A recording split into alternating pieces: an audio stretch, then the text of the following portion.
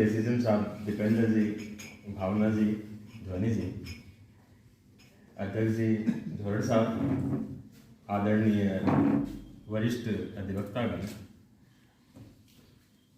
सबको मेरा नमस्कार। आज का अवसर जो है वाकई एक बहुत शुभ अवसर है। वजह इसलिए कि जब कोई व्यक्ति अपना प्रतिनिधि का चुनाव करता है तो उस प्रतिनिधि में उस संघ के समस्त सदस्यों की भावनाएं, अपेक्षाएं, उम्मीदें समाहित हो जाती हैं और वो उस संघ के समस्त सदस्य अपने प्रतिनिधि को एक भविष्य के लिए उनके कुछ कर गुजरने की भावना की उसके आस से, उम्मीदों से देखते हैं।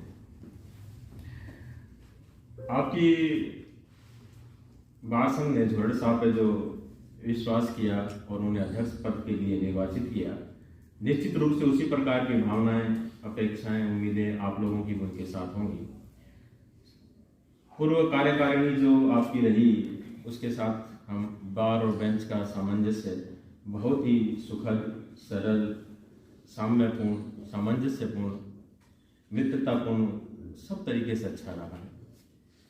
जब भी हमारे पास आपकी पुरानी कार्यकारिणी जब आई बेंच के पास और कोई छोटे छोटे मुद्दे को लेकर आपस में पहले डिस्कशन कर लिया गया, जिससे कभी भी ऐसा एक पल भी, एक क्षण भी नहीं आया जहां कहीं भी गतिरोध की स्थिति आई हो, न्यायिक कार्य बाधा हुआ हो, आपके अधिवक्ताओं हितों में कोई टकराव आया हो, किसी भी तरह की ऐसी परिस्थितियां उत्पन्न आपकी पुरानी कार्यकारिणी ने नहीं होने दी और हमेशा सामंजस्य बनाकर चला।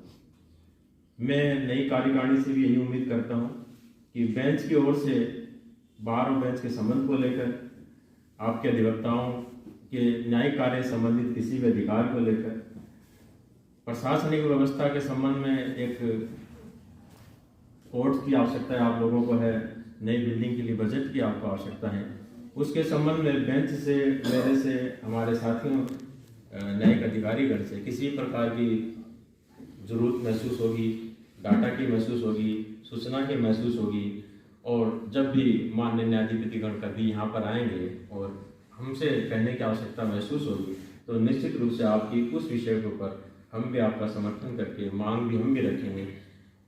जब भी न्यायालयों में इस तरह से कार्य की अधिकता होती है तो न केवल जिस तरीके से आदित्य सुभाष जी ने कहा, हर एक पक्षकार उससे प्रभावित होता है, चाहे वो कर्मचारी हो, चाहे वो न्यायिक अधिकारी हो, चाहे वो अधिवक्ता हो, चाहे वो पक्षकार हो। नवीन कोर्ट खुलना, नवीन बिल्डिंग बनना हम सब के लिए एक सुखद अनुभव होता है। आप एक खुले माहौल में बैठ के काम कर पाते हैं, आने वाले क्लाइंट एक अच्छे माहौल में बैठ के काम कर पाते हैं, उनकी बातों को सुनने के लिए आपके पास पूरा समय रहता है ना। एक ही कोर्ट में एक अधिवक्ता के 10-10, 20-20, 30 केस लगे हुए हैं, वो एक से फारिग होता, दूसरे से फारिग होता, तीसरे में ना वो अपने क्लाइंटों से मिल पाता है, ना अपनी बात अच्छे से रख पाता है। जब एक साल ज़्यादा कोर्ट्स होंगे तो एक कोर्ट से दूसरे कोर्ट में जाने के लिए उसके पास थोड़ा सा समय रहता है फाइल को तैयार करने का। कई बार ऐसा होता है कि जैसे मेरे सामने कोई खड़े हैं, एक फाइल में बहस सुनी है, फिर मैं कहता इसमें भी सुना, उसको अपनी बात को तैयारी तो कर आते हैं अधिवक्ता, लेकिन उतना अपनी मेमोरी को फ्रेश करने का, रिफ्रेश करने का, अभी कोई क्रिमिनल में कर रहे हैं काम, अभी कोई सिविल में कर रहे हैं, अभी एमएससीटी में कर रहे हैं, अभी फैमिली में कर रहे हैं, इतनी जल्दी एक मनुष्य है, वो मशीन नहीं है, कंप्यूटर नहीं है कि कोई भी सीडी पे लगाई, गाना लगाया, कभी हरियाणी, कभी भोजपुरी, कभी पंजाबी, कभी इंग्लिश शुरू हो जाए। एक और अपना काम ऐसा भी नहीं है, ना आपका काम है, बार का काम ऐसा है, ना ही बेंच का काम ऐसा है कि कैजुअली कोई भी एक शब्द भी आप कुछ कह दें या कोई भी एक कैजुअली एक शब्द हम लोग किसी ऑर्डर में लिख दें, ऐसा कहीं नहीं हो सकता। अब हम सभी ऑफिसर भी इस पर बात करते हैं कि जितने पुराने केसेस में निपटाने के लिए बार ने हमारा जो भी सहयोग किया है, हम वाकई दिल से आप लोगों के आभारी रहते हैं। कार्यकारिणी से, आप अधिवक्ताओं से सबसे यह अपेक्षा करता हूँ कि जिस तरीके से पिछले 2-3 सालों में हमारे साथ जिस तरह का सामंजस्य आप लोगों का रहा है वो भी भविष्य में रहे। और मैं भी आश्वासन देता हूँ नवे कार्यकारिणी को कि बेंच की ओर से जब भी आपको किसी भी तरीके की आवश्यकताएं होंगी, सहयोग की, सामंजस्य की, हम तैयार हैं आपके लिए, हमेशा आपके साथ रहेंगे। जय हिंद, जय भारत, धन्यवाद। हालांकि निर्वाचन अधिकारियों द्वारा ये किया गया प्रोग्राम सारा मैनेज बहुत ही सुंदर और अच्छा प्रोग्राम रहा। मुझ जैसे उदंड व्यक्तित्व के धनी को आपने लेख सुना और मुझे इस योग्य समझा। इस बात के लिए सभी बार सदस्यों का मैं दिल की गहराइयों से आभार प्रकट करता हूँ। जहाँ तक काम करने का सवाल है, पहले भी हम इस मुद्दे पर पीछे नहीं रहे हैं। जो भी हमारे अध्यक्ष रहे हैं उन्होंने बार के लिए अच्छा करने का प्रयास किया। भार्गव साहब 2 साल रहे हैं और एडीजे साहब का पूरा हमें मार्गदर्शन मिला और निश्चित रूप से आगे भी मिलेगा। उन्होंने मुझे आश्वस्त भी किया है कि आप जैसे भी आगे जो भी हमसे मदद होगी हम करेंगे। सबसे बड़ा मुद्दा हमारे लिए ये है कि ये भवन जो है, अब जैसे भवन आज अपना ये भी छोटा पड़ गया भवन, अभी तो पूरा निमंत्रण भी नहीं दिया था सभी को, क्योंकि जो कोर्ट के वर्तमान प्रैक्टिशनर हैं वही अधिवक्ता उपस्थित हैं। बाकी रजिस्टर्ड तो काफ़ी सारे हैं। तो एडीजे कोर्ट एक नई आने की संभावनाएं चल रही हैं, एक एनआई कोर्ट के भी चल रहे हैं, ग्रामीण न्यायालय सॉरी। तो यह भवन भी हो सकता है अपने से छिन जाए, तो इससे बड़ा भवन अपने को बनाना है। लेकिन अपने ये समझ रहे हैं कि इससे अच्छा है कि अपने को वहाँ जगह लो हो जाए, उससे पहले बजट मिल जाए तो काम शुरू हो जाए। एक बार काम शुरू हो गया तो धीरे धीरे आगे बढ़ता रहेगा। इस मुद्दे पर मैंने एडीजे साहब को भी आश्वस्त किया और बार को भी मैं आश्वस्त करना चाहता हूँ कि शीघ्र ही हम माननीय मनोज गर्ग साहब इसमें बहुत ही सीरियस हैं। इस मुद्दे को लेकर उन्होंने भार्गव साहब से बात भी की थी। भार्गव साहब खुद व्यक्तिगत रूप से मिलने भी गए थे, सचिव महोदय के साथ गए थे और उन्होंने पूरी फाइल का पुलिंदा बना रखा है। जो कागज हमारे पास नहीं है उनके पास ऑलरेडी हैं और उन्होंने कहा है कि आप चिंता मत करिए, इस फरवरी के अंदर या मार्च में जो भी बजट आएगा, बजट की घोषणा 100% होगी। जैसे श्याम जी भाई साहब ने भी उनकी बात हुई थी तो उन्होंने बताया था निश्चित रूप से हमारे प्रति कोई भी हम कमी नहीं करेंगे। हाँ, ज़्यादा नहीं करूँगा, बहुत 2 मिनट। तो निश्चित रूप से इसमें हम किसी प्रकार की कोताही नहीं बरतेंगे और मेरा तो यही निवेदन है कि जो स्वभाव से थोड़े हैं, एक बात तो नानक देव जी की है, कहना चाहूँगा, नानक नन्हे रहिए जो नन्ही धूप और घास जरी जात है धूप धूप की खूब। हम तो नीचे रहने वाले आदमी हैं, जमीन पर रहते हैं और जमीन से जुड़े हुए हैं और आपके मार्गदर्शन से, आपके आशीर्वाद से आपने इस पद पर विराजमान किया है तो निश्चित तौर पर कभी आपको नहीं लगेगा कि आपने गलत व्यक्ति को चुना है। ये मैं पूरी तरह से आपको आश्वस्त करता हूँ।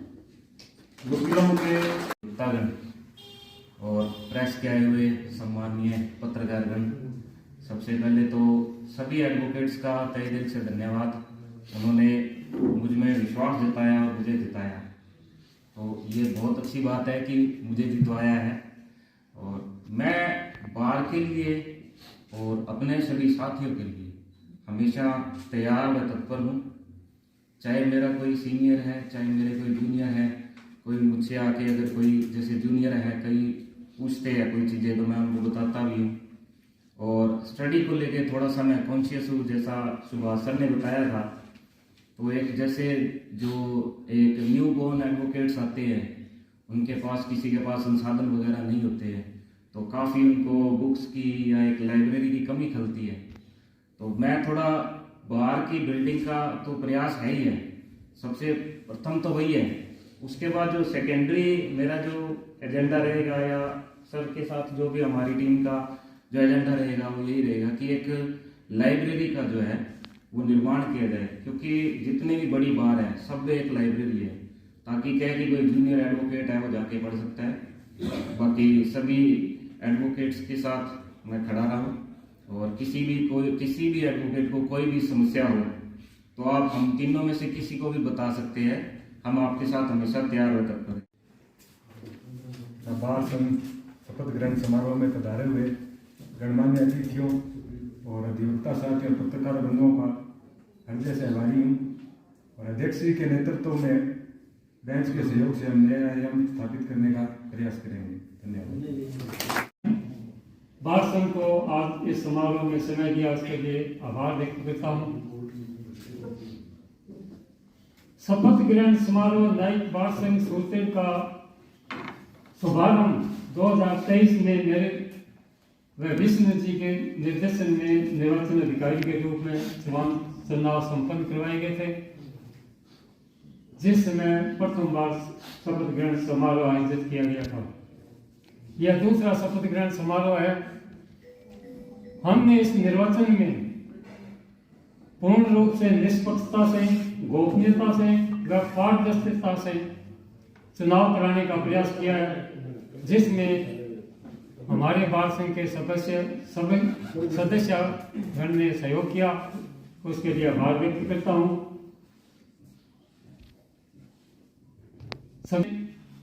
ये निर्वाचन आज इस समय संपूर्ण हो रहा है। आज के बाद में अपनी नई निर्वाचन कार्यकारिणी अपना कार्य करेगी। मैं आशा करता हूं कि नई कार्यकारिणी तन मन से बार और बेंच का सहयोग करते हुए आगे अग्रसर होगी। धन्यवाद।